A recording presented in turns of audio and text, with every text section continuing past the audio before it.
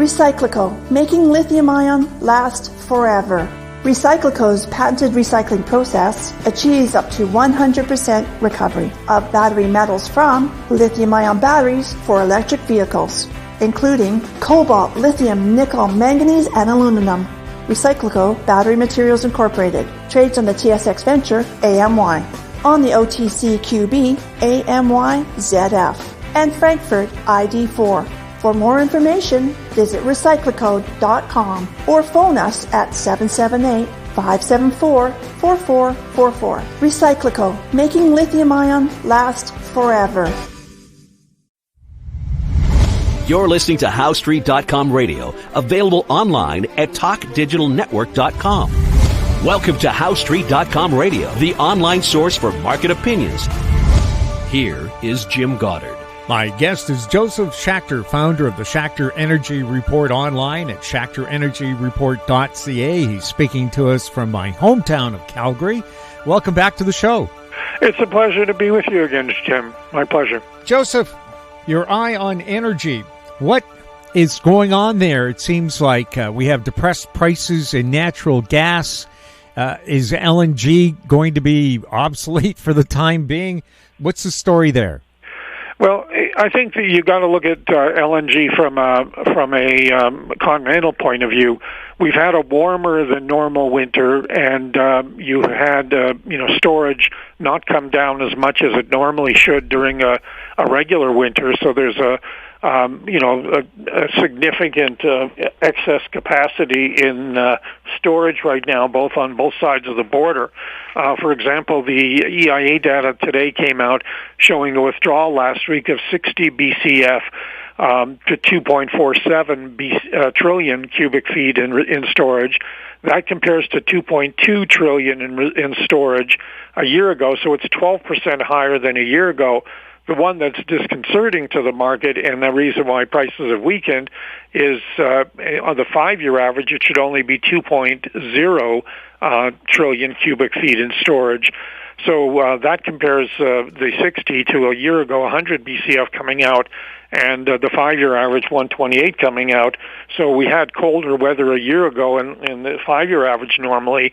So the volumes are there. So we're seeing weaker prices now, but heading into late 2024-25, the futures are indicating that prices will improve. So right now, because of the glut, you're seeing hedge fund operators shorting the price of natural gas, but we're down to the point where companies are now saying that they're going to slow their drilling for natural gas-focused wells, focus on their oil and liquids, condensate liquids wells, and the money that comes in from them will be so strong at $78 WTI, where we are today, that even if they make minuscule money from the byproduct natural gas, it's not going to hurt the overall economics. So by the end of this year, though, we're looking at more LNG takeaway capacity in the U.S., and we're looking at LNG Canada starting to fill the pipeline, the Coastal Gas Link, with gas to put into storage so that they can start shipping LNG to Asia sometime in the early part of 2025. So we're in a period where we have 2-3 quarters here of pretty lousy commodity prices. But part of but the positive is, if you're patient, the stocks are so cheap. So when we get into a $3 handle in 2025, many of the stocks that we watch in the natural gas focused area probably have doubles and triples in them over the next 2 to 3 years. And on the oil side, with TMX starting up, at some point in my lifetime, hopefully in Q2 of 2024, given all the hassles they've gone through and travails they've had, we're going to see an increase in volumes there, a tightening of the Western Canadian Select discount, and that should provide more cash flow to the oil and gas companies, which, of course, would help the sector. But stocks in the sector are cheap.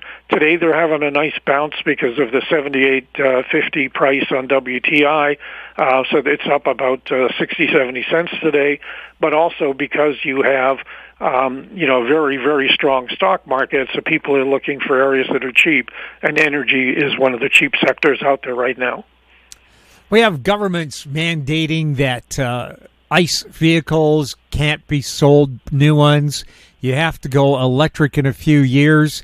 Has that thrown a lot of doubt and insecurity into the petroleum business? Well, the issue is how are you going to create the electricity? And if we're not doing coal, and we're totally getting away from it. Hydro, BC is limited. Quebec is limited with a hydro. So we're going to have to go to cogen, which is natural gas, while we're still building a lot of renewables. But remember, if the wind doesn't blow, that's a problem. If you got a lot of cloudy skies, you're not going to have solar. So those are interruptibles, and so we need to have something that's reliable and consistent, and cogen means natural gas. And so we think that, you will be seeing more use of natural gas over time, which for electricity, and the game plan, some of these projects coming on the west coast of Canada for LNG, we're supposed to be talking about using electricity, but it might be, via, the BC Hydro. That's not likely. It's probably going to be electricity generated from natural gas. So I think the long-term story for natural gas is there. More natural gas is going to be used in, the chemical industry in the Edmonton area. Dow Chemical is putting a new facility in there, one of the biggest in the world. So the long-term story for in both oil and natural gas is still very, very positive. It's just, from the natural gas side, we have a sloppy market now at $78 U.S., with $1.35 Canadian conversion. That's the equivalent of Canadian companies getting $100 a barrel for their oil Canadian, which is a wonderful, wonderful price, and why companies that are reporting are showing very good numbers from their liquid side, even though the numbers showing from the natural gas side are disappointing. Also, these anti-fossil fuel people, do they have any idea how many products rely on petroleum? I'm just looking in my office. Everything was delivered by a truck that uses diesel, or it's made out of plastic that came out of the ground. Yeah, and that's something that, all these climate change people who went off to Davos, they went in private jets, they stayed in hotels. Most of them own multiple homes around the world with their private jets going back and forth. And, their use of carbon is much greater, 10, 20, 30 times than the average consumer. And, they're trying to dictate to us what we should do when they, it's not a thing where I'll lead by example. It's like, they're saying dictate to everyone else, and they're going to do whatever they want on their own, ignoring the arguments they're making on the climate. So it's totally hypocritical. Our prime minister is guilty of it. Our environment minister is guilty of it. They all seem to want to tax us and force us to do what they want, and they're not going to do it themselves, which is why I think the Liberal, popularity is as low as it is. And sometime in the next year there'll be an election, and we'll see how Canadian voters do, or do the Liberals do their typical divide and conquer with different groups, and then just like they did with Atlantic Canada with the removal of the carbon tax for home heating. We'll see them play games for different parts of the country to regain the support, which is something they're going to need, because right now it means a significant defeat based on the polls that we see today, on a regular basis. Now, I know the Trudeau government likes to talk about carbon tax rebates. British Columbians don't qualify because we have a provincial carbon tax. It's been in effect for over a dozen years, brought in by the Gordon Campbell Liberals. And there's only been 1 year where emissions went down, and that was due to recession. The emissions have only gone up because SkyTrain and public transit only serve a small segment of British Columbia. If you're outside of Vancouver City proper, you need a car. Yeah, and the environment minister is saying we're not going to pay for any more roads. Well, number one, as we bring in more and more immigrants, they're going to have a place to stay. They're going to, and especially if you want to move them into non-major cities, they're going to need to have a car to drive around. And, if you want to start distributing more in the outside communities so that you kind of move the density of population away from the major centers, all of that is going to require more energy, be it electricity, be it auto, usage, and the biggest problem of all is they talk a good story of where they want to go with EVs, but there is not enough charging stations in this country, not enough in any of the major cities to justify people taking the risk of buying an EV, and you don't have the financial incentives in Canada that you do in other countries to buy an EV. So EVs are much more expensive than a gasoline model, and you look at the producers of the cars, GM, Ford, Chrysler, and they're all announcing massive losses on every car they try to sell of an EV nature, and if you go into the lot and show any interest, they're going to give you a big discount because they want it off the lot. And then there's the life of the battery, 10 years. And we're hearing the horror stories of people who buy an EV worth $50,000. The battery gets dinged accidentally, not covered by insurance, and it costs $60,000 to replace.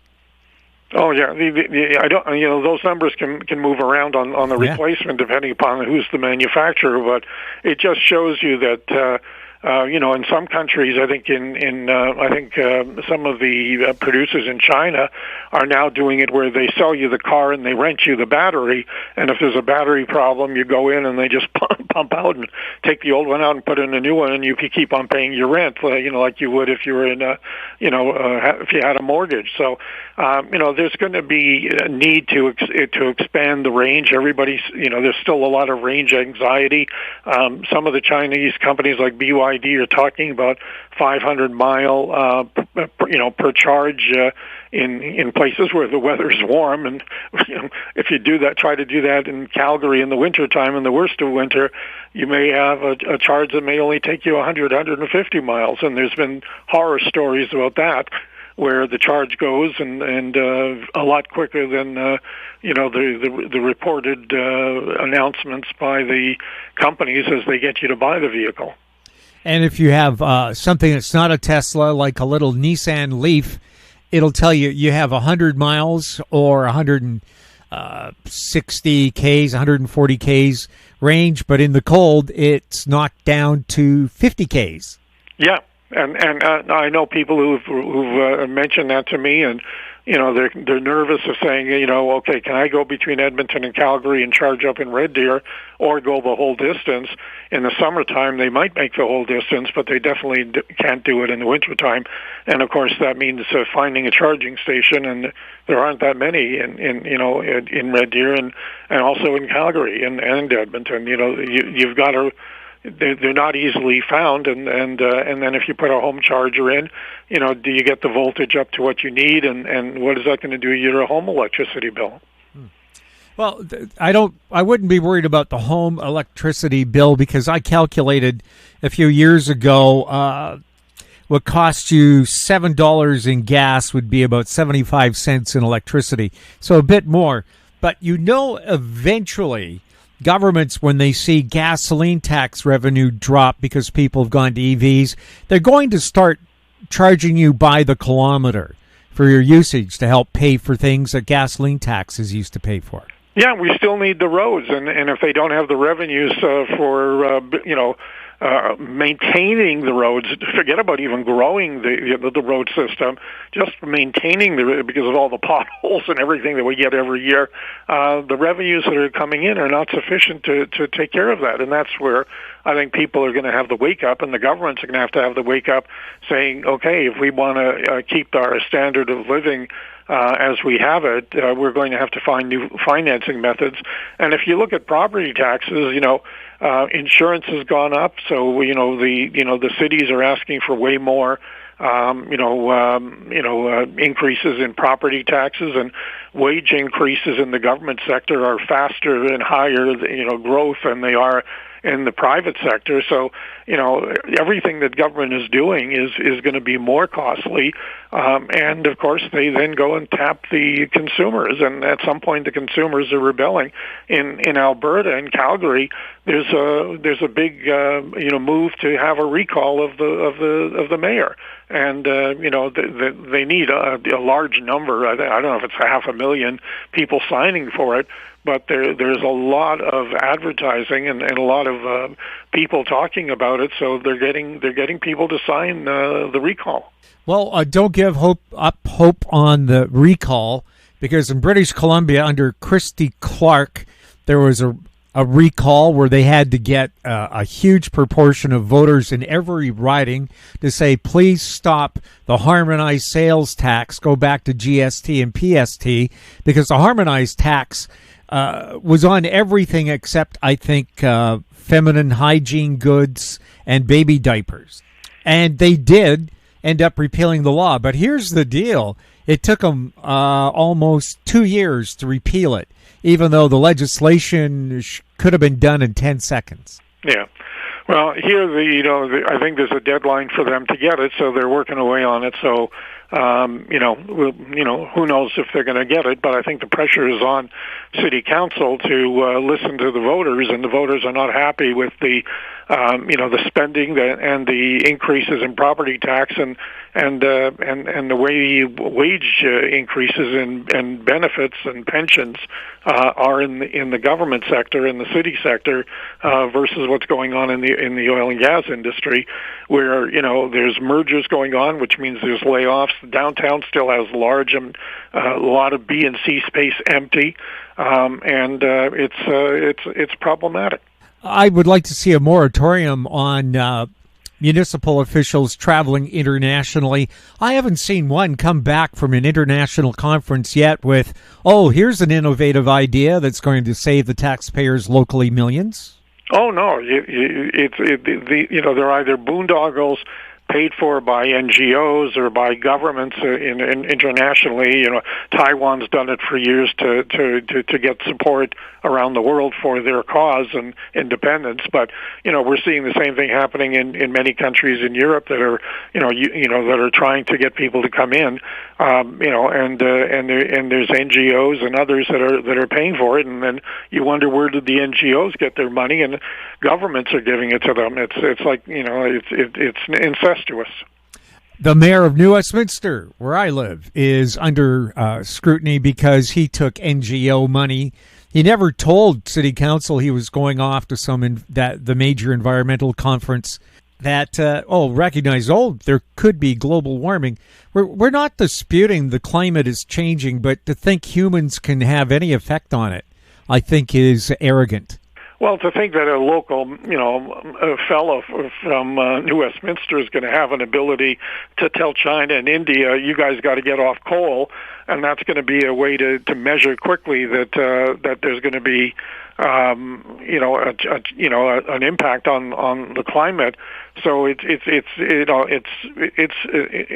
totally despicable that the boondoggles are occurring when the need is clearly has to be China and India making a decision that they're not going to build more coal-fired facilities, and China, I think, is adding one a week.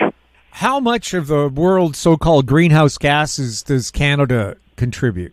Oh, we're minuscule, a few percentage. But remember, we use more gasoline and heating oil because of our climate. So we use more per capita than they do in the States or other countries in Europe.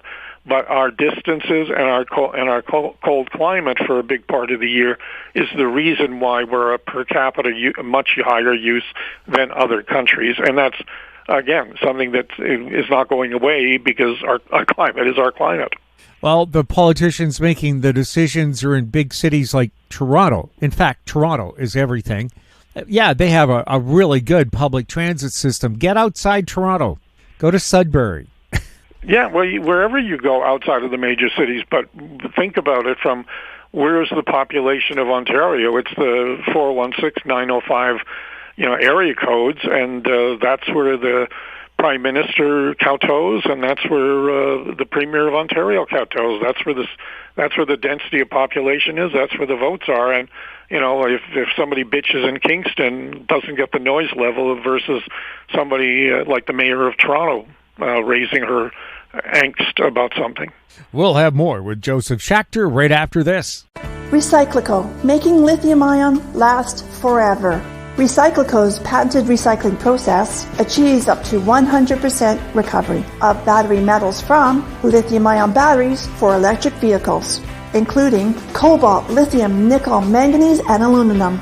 Recyclico Battery Materials Incorporated trades on the TSX Venture AMY, on the OTCQB AMYZF, and Frankfurt ID4. For more information... Welcome back. We're speaking with Josef Schachter. Joseph, what's the state of the energy sector in Alberta? Well, it's a tale of two cities. Those that are focused on oil and condensate and liquids are doing quite well, given the Canadian dollar, where it is. So that's a bump up of 35% to the price you're getting in U.S. dollars. So $78 turns into over 100 Canadian. So they're doing very well on the production that they're doing for oil. They're not doing so well on natural gas, and natural gas companies are probably going to have terrible results that are focused on natural gas and don't have a lot of liquids in their mix, are probably going to report very disappointing comparisons to last year. And that's where you've got the problem for the city. The mergers are also occurring, and that's going to cause some job losses. Mergers also mean, you don't need as much office space. So, the city of Calgary downtown is picking up. Restaurants are picking up. Tourism is picking up. Migration into the province. We have one of the highest migration because of the affordability of housing compared to other major cities in Canada. So we have a lot of positives, but we also have quite a few negatives, and so it's depending upon where you are in the economy and what where your revenue comes from or where your job is. You're either a happy camper or not a happy camper. So it's a mixed situation here, but I think we see that all across Canada. Joseph, anything we should be keeping a close eye on right now? Well, I think the decisions coming out of LNG Canada to FID their second train is going to be important for the growth of our LNG on the West Coast. Also, decisions by the BC government supporting First Nations, supporting more projects on there. And then the issue I would say on the federal is what's going to happen with the budget, what's going to happen with taxes, and are we looking at increased taxes at the federal level, given the substantial budget deficits that they have, and that don't look like they're going away, especially heading into another election year. So I think the crimp on consumers between food inflation, gasoline prices going up, taxes going up, it's going to have an impact on people. And one of the wild cards, of course, is those homeowners that had mortgages 2-3 years ago at 2% and now renewing at 5-6%. That's going to be a massive crunch on their cash flows and an impact on their consumer spending patterns. And just look at the fourth quarter results from Canadian Tire. They reported horrible results for the Q4 number. Profits fell 68%, while sales fell 6.8% because consumers stopped spending money on their homes and upgrading. And I think when we see more and more of retail reports coming for a Q4, there's going to be a few winners, but there's going to be more losers. Yeah, fewer appliances being bought, but much more duct tape to make your own repairs.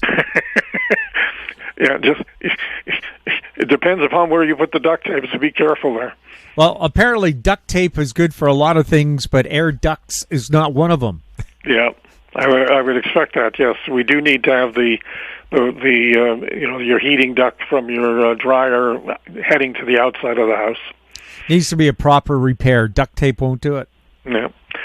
Okay, buddy. That should do it. And